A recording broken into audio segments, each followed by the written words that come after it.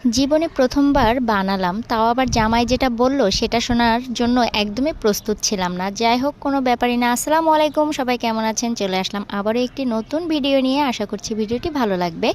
তো first time try করলাম একটু পিৎজা বানানোর, কিন্তু পিৎজাটা বানানোর ক্ষেত্রে আমার প্রথম ভুলটাই হয়ে গিয়েছিল হচ্ছে আমার ইস্টটা অনেক দিনের ছিল বাসায়, তো ইস্টটা হচ্ছে ভালো ছিল না, এটা আমি বুঝি নাই।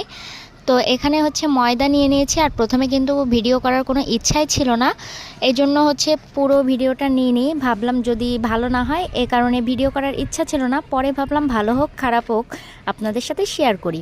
তো এখানে হচ্ছে আমি একদমই আন্দাজ মতো হচ্ছে ময়দা নিয়েছি, আর সাথে ইস্ট দিয়েছিলাম 1 চামচের মতো, আর সঙ্গে কিন্তু এখানে ঘি আমি দিয়ে দিলাম এবং তেলও দিয়েছিলাম। একসাথে দিয়ে আমি সুন্দর করে রোটা রেডি করে 2 ঘন্টার মতো আমি রেস্টে দিয়েছিলাম।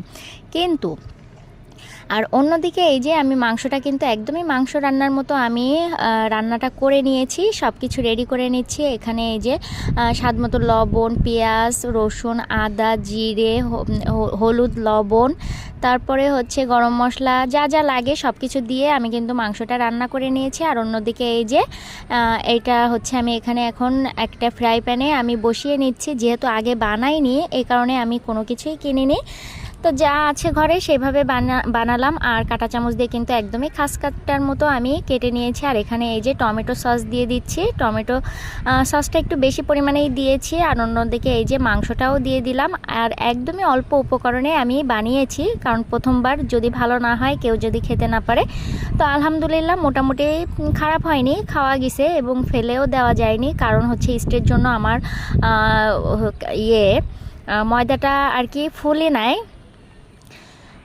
তো এইটা হচ্ছে সমস্যা হয়েছে। আর সব কিছুই ঠিকঠাক ছিল। আর মাংসটা দেওয়ার পরে কিন্তু আমি এখানে ক্যাপসিকাম দিয়ে দিয়েছি, আর হচ্ছে চিজ দিয়েছি একটু বেশি পরিমাণ। আর এখানে এই যে মাংসটা দেওয়া কিন্তু হয়ে গিয়েছে। আর এখন এই যে কাঁচামরিচ দিয়ে দিচ্ছি, তারপরে পেঁয়াজ আর হচ্ছে ক্যাপসিকাম দিয়ে, তারপরে চিজ দিয়ে আমি হচ্ছে ফ্রাই প্যানেই বসিয়ে দেব। এই যে এখানে কিন্তু সব কিছু দেওয়া কমপ্লিট হয়ে গিয়েছে। আর দেখতে দেখুন কতটা লোভনীয় লাগছে।